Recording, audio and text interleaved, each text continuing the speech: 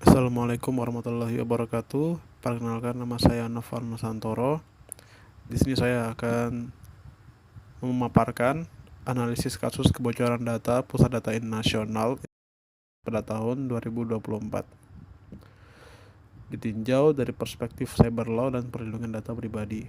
Tujuan analisis kasus: menganalisis kasus kebocoran data PDN 2024 dari sudut pandang hukum cyber law, mengidentifikasi regulasi yang relevan serta bentuk tanggung jawab hukum para pihak, merumuskan argumentasi kritis dan rekomendasi solusi tata kelola keamanan data nasional.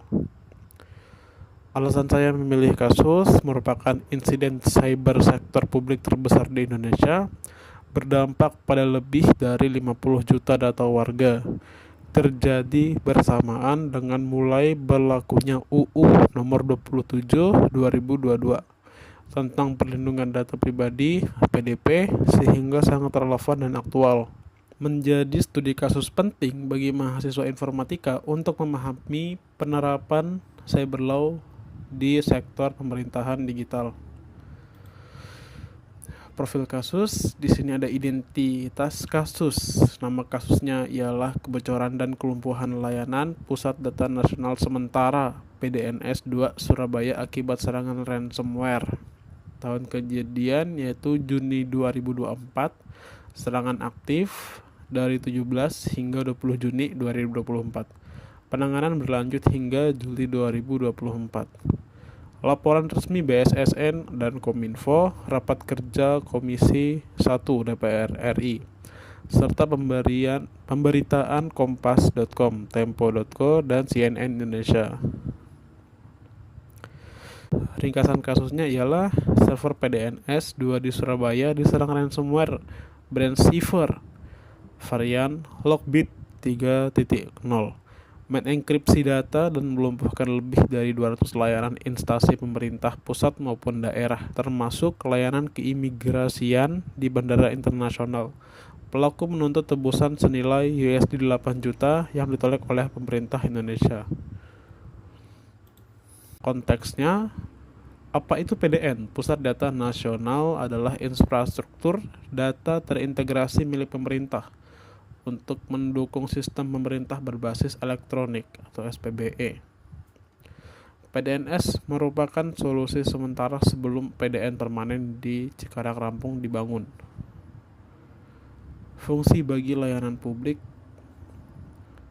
Fungsinya yaitu adalah dapat menyimpan dan mengelola data ratusan instansi pusat dan daerah secara terpusat, mendukung layanan imigrasi, kependudukan, perpajakan, dan administrasi publik lain agar lebih efisien dan terintegrasi. Pentingnya perlindungan data pemerintah merupakan aset strategis yang seharusnya menyangkut keamanan nasional dan privasi jutaan warga. Kegagalan melindunginya berdampak langsung pada layanan publik dan kepercayaan masyarakat terhadap transformasi digital. Jadi kronologi kasusnya ialah dari tanggal 17 Juni, Peretas menonaktifkan fitur keamanan Windows Defender pada server PDNS pukul 23.15 WIB, membuka celah aktivitas berbahaya. Ransomware aktif pada tanggal 20 Juni menghapus file sistem dan mengenkripsi data pada jam 1:06 WIB. Layanan imigrasi di 5 pintu masuk internasional lumpuh total. BSSN umumkan pelaku adalah ransomware brand Cipher varian Lockbit 30.0. Pelaku menuntut tebusan senilai 8 juta USD. Tanggal 27 Juni, rapat kerja Komisi DPR RI bersama Menkominfo dan Kepala BSSN membahas kronologi dan langkah pemulihan secara terbuka. Kelompok brand Cipher mengumumkan permintaan maaf, wah keren ya, hacker minta maaf sama Indonesia, dan menyerahkan kunci deskripsi secara cuma-cuma. Pemulihan bertahap dimulai. Jadi penyebab awalnya yaitu kata sandi admin lemah, celah keamanan tak tertutup, dan tidak ada sistem backup data yang memadai. Ada rumor kata sandinya yaitu admin 123. Gak tahu, mungkin itu hoax ya. Dampak langsung, lebih dari 200 layanan instansi pusat daerah lumpuh, layanan imigrasi terganggu selama 4 hari. Aktor dalam kasus pihak yang terlibat, pemerintah pastinya karena mereka yang seharusnya melindungi data kita. Kementerian Komunikasi dan Informatika yang disebut Kominfo serta Badan Siber dan Sandi Negara sebagai regulator dan otoritas keamanan siber nasional, pengelola sistem. Kominfo bersama PT Telkom Indonesia selaku penyedia infrastruktur teknis, PDNS 2 Surabaya yang bertanggung jawab atas operasional sistem harian. Masyarakat, warga negara, pemilik data pribadi yang tersimpan dalam sistem, termasuk pemohon layanan imigrasi, kependudukan, dan layanan publik yang lainnya yang terdampak langsung. Kelompok pelaku serangan yaitu brand Cipher, kelompok siber kriminal yang mengembangkan ransomware varian Lockbit 3.0 dan menuntut tebusan finansial berdasarkan laporan BSSN dan Kominfo. Entah benar itu tebusannya segitu atau lainnya, wallahu alam. Aspek yuridis, permasalahan hukumnya, pelanggaran terjadi, kegagalan menjaga keamanan sistem elektronik sesuai standar pasal 15 UU ITE dan peraturan pemerintah 71 2019. Ketiadaan backup data yang memadai sebagai bentuk kelalaian tata kelola, dugaan pelanggaran kewajiban perlindungan data pribadi menurut UU PDP. Yang seharusnya backup itu sangatlah krusial ya, dan harus ada di setiap instansi maupun semua orang yang mempunyai data penting. Yang kedua, hak masyarakat yang terdampak, hak atas perlindungan data pribadi dan privasi, pasal 26 Undang-Undang ITE dan Undang-Undang PDP. Hak memperoleh informasi atas insiden kebocoran data, data breach notification, hak memperoleh layanan publik yang tidak terganggu. Jadi for your information ya teman-teman, UU ITE itu Undang-Undang Informasi dan Transaksi Elektronik adalah regulasi utama yang mengatur aktivitas digital di Indonesia, termasuk transaksi elektronik, tanda tangan digital, dan sanksi pidana untuk kejahatan siber. Aturan ini berlaku untuk setiap perbuatan hukum yang memiliki akibat di wilayah Indonesia. Undang-Undang PDP atau Undang-Undang Perlindungan Data Pribadi, Undang-Undang Nomor 27 Tahun 2022 adalah payung hukum utama di Indonesia yang mengatur tata kelola pemrosesan dan perlindungan data pribadi. Undang-undang ini berlaku penuh sejak 17 Oktober 2024 dan mengikat seluruh individu, korporasi, serta lembaga publik yang mengelola data. Kita kembali lagi ke PPT. Permasalahan hukum yang ketiga, tanggung jawab penyelenggara sistem elektronik. Penyelenggara sistem elektronik atau PSE wajib menerapkan manajemen resiko, yaitu backup data tadi teman-teman, dan sistem keamanan berlapis, serta melaporkan insiden kebocoran data pribadi maksimal 3 kali 24 jam sesuai Undang-Undang Perlindungan Data Pribadi. Kerangka teoritisnya, konsep cyber law yang relevan, keamanan informasi, prinsip CIA Triad. For your information teman-teman, apa itu CIA Triad? Adalah kerangka kerja fundamental dalam keamanan siber dan sistem informasi yang dirancang untuk memandu kebijakan dalam melindungi data dari berbagai ancaman. Konsep ini terdiri dari 3 pilar utama, makanya namanya CIA Triad. Yang pertama itu confidentiality, kerahasiaan, memastikan bahwa data informasi sensitif hanya dapat diakses atau dilihat oleh pihak yang berwenang. Yang kedua ada integrity atau integritas, memastikan bahwa data tetap akurat, utuh, dan tidak dimanipulasi, diubah, atau dihapus oleh pihak yang tidak memiliki wewenang selama penyimpanan maupun transmisi. Yang ketiga ada availability. Yang ketiga ada availability atau ketersediaan, memastikan bahwa sistem, jaringan, dan data selalu tersedia dan dapat diakses oleh pengguna yang berwenang kapanpun dibutuhkan.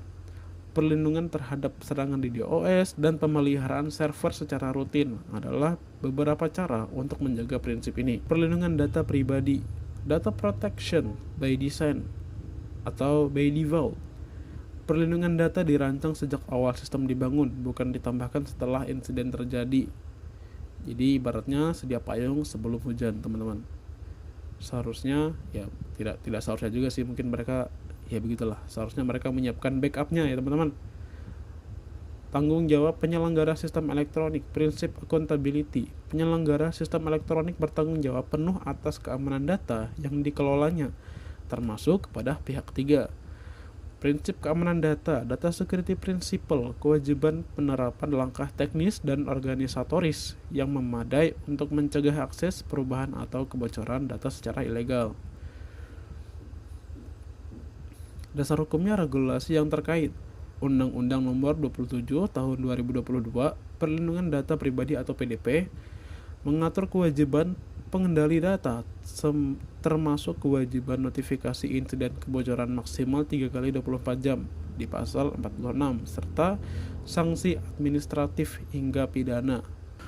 Undang-Undang ITE Nomor 19 2016 yang dikaitkan Nomor 1 Tahun 2024 Pasal 30 hingga 32 mengatur akses ilegal terhadap sistem elektronik. Pasal 26 mengatur hak privasi atas data pribadi seseorang. Peraturan Pemerintah Nomor 71 Tahun 2019 Penyelenggara Sistem dan Transaksi Elektronik mewajibkan penyelenggara sistem elektronik menjaga kerahasiaan, keutuhan, dan ketersediaan data, termasuk kewajiban audit keamanan sistem.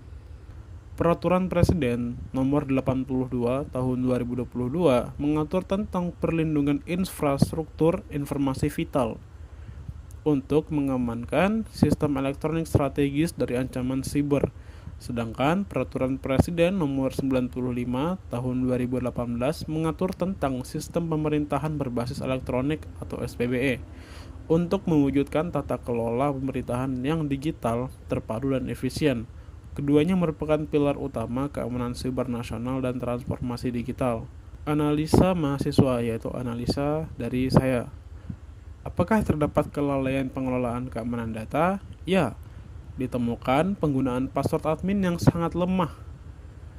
Ya, yang rumornya admin 1234 kemarin, dan tidak adanya sistem backup data yang memadai. Semua single point of failure yang seharusnya dapat dicegah dengan praktik keamanan dasar, yaitu backup tadi, teman-teman. Apakah kewajiban perlindungan data telah dilaksanakan optimal? Belum, teman-teman. BSSN telah mengirim peringatan dini kepada Kominfo sebelum insiden terjadi, namun tidak direspon secara memadai, menunjukkan lemahnya koordinasi antar lembaga. Apa kelemahan tata kelola yang terlihat? Tumpang tindih kewenangan antara Kominfo, BSSN, dan vendor infrastruktur, minimnya audit keamanan rutin, serta budaya keamanan siber yang belum matang di lingkungan penyelenggara. Bagaimana keterkaitannya dengan teori cyber law? Kasus ini mencerminkan pola reaktif governance bertolak belakang dengan prinsip accountability dan risk-based approach yang menuntut pengendali data bersikap proaktif, bukan menunggu insiden terjadi. Sedia payung sebelum hujan. Konsekuensinya, teman-teman, bagi individu, risiko penyalahan guna data pribadi, lebih dari 50 juta data warga berisiko, termasuk data sensitif. Data kita semua, teman-teman. Hilangnya kepercayaan terhadap pemerintah untuk melindungi data. Bagi organisasi, gangguan lebih dari 200 layanan instansi pusat dan daerah, kerugian reputasi Kominfo hingga desakan mundur bagi pejabat terkait. Bagi masyarakat, menurunnya kepercayaan publik terhadap transformasi digital dan SPBE pemerintah, keraguan menggunakan layanan digital publik di masa mendatang, teman-teman. Solusi yang mungkin bisa direkomendasikan, teman-teman. Jangka pendeknya, pemulihan sistem secara bertahap dengan mengaktifkan PDNS 3 sebagai cold site backup lokal. Audit keamanan menyeluruh oleh BPKP dan BSSN terhadap seluruh infrastruktur PDN-PDNS, investigasi forensik digital, dan penegakan hukum terhadap pihak yang bertanggung jawab.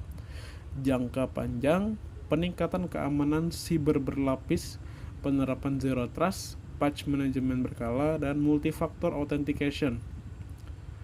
Pembangunan sistem backup dan disaster recovery yang terdistribusi di lokasi berbeda, pelatihan SDM, dan penguatan budaya keamanan siber di seluruh jajaran penyelenggara agar tidak terulang lagi yang namanya human error, teman-teman, yang menekan link phishing, yang tergoda oleh hadiah karena link phishing akibatnya tertas ya teman-teman.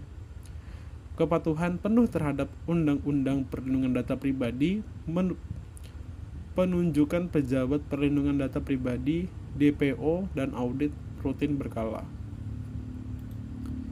Dimensi non-hukum, perspektif etika teknologi informasi. Tanggung jawab moral pengelola data. Pengelola data memiliki kewajiban moral yang melampaui kepatuhan formal terhadap regulasi, menempatkan kepentingan dan keselamatan data publik di atas efisiensi anggaran maupun waktu penyelesaian proyek. Transparansi kepada masyarakat, teman-teman, ini yang sudah lama sekali tidak diperdayakan, teman-teman. Keterbukaan informasi mengenai skala dan dampak insiden merupakan wujud etika digital, bukan menutup-nutupi fakta demi menjaga citra kelembagaan semata. Pentingnya budaya keamanan siber. Keamanan siber bukan semata tanggung jawab tim teknis, melainkan budaya organisasi yang harus tertanam dari level pimpinan tertinggi hingga staf operasional agar tidak terjadi human error lagi, teman-teman. Kesimpulannya, ringkasan hasil analisis kasus kebocoran data PDN 2024 mencerminkan kesenjangan nyata antara regulasi yang telah tersedia, Undang-Undang PDP, Undang-Undang ITE, dan PP nomor 71 tahun 2019 dengan implementasi tata kelola keamanan siber di lapangan, kelalaian teknis sederhana, password yang lemah, ketiadaan backup, memicu krisis nasional berskala besar, menunjukkan bahwa kepatuhan hukum saja tidak cukup tanpa penegakan dan pengawasan yang konsisten. Pelajaran yang dapat kita ambil, teman-teman, perlindungan data pribadi harus menjadi prioritas strategis. Bukan sekadar formalitas administratif, regulasi yang kuat perlu diimbangi dengan audit berkala, koordinasi antar lembaga yang solid, serta budaya keamanan siber yang matang di seluruh jajaran penyelenggara sistem elektronik agar insiden serupa tidak terulang di masa depan. Teman-teman, mungkin untuk kalian yang mungkin nanti menjadi pemimpin, saya mempunyai pesan ya teman-teman. Kita semua ini penting, teman-teman. Tidak ada yang satu penting, yang satu tidak penting, teman-teman. Semuanya penting dan saling melengkapi, teman-teman. Jadi ini adalah sumber referensi yang saya ambil. Teman-teman, terima kasih telah mendengarkan pendapat saya tentang kasus 2024, yaitu kebocoran data pada tahun 2024, teman-teman. Saya pamit undur diri. Kurang lebihnya saya minta maaf jika ada yang kekurangan saya sampaikan atau yang salah saya sampaikan. Mohon ditulis di kolom komentar, teman-teman. Wallahul muwaffiq ila aqwamit thoriq. Wassalamualaikum warahmatullahi wabarakatuh.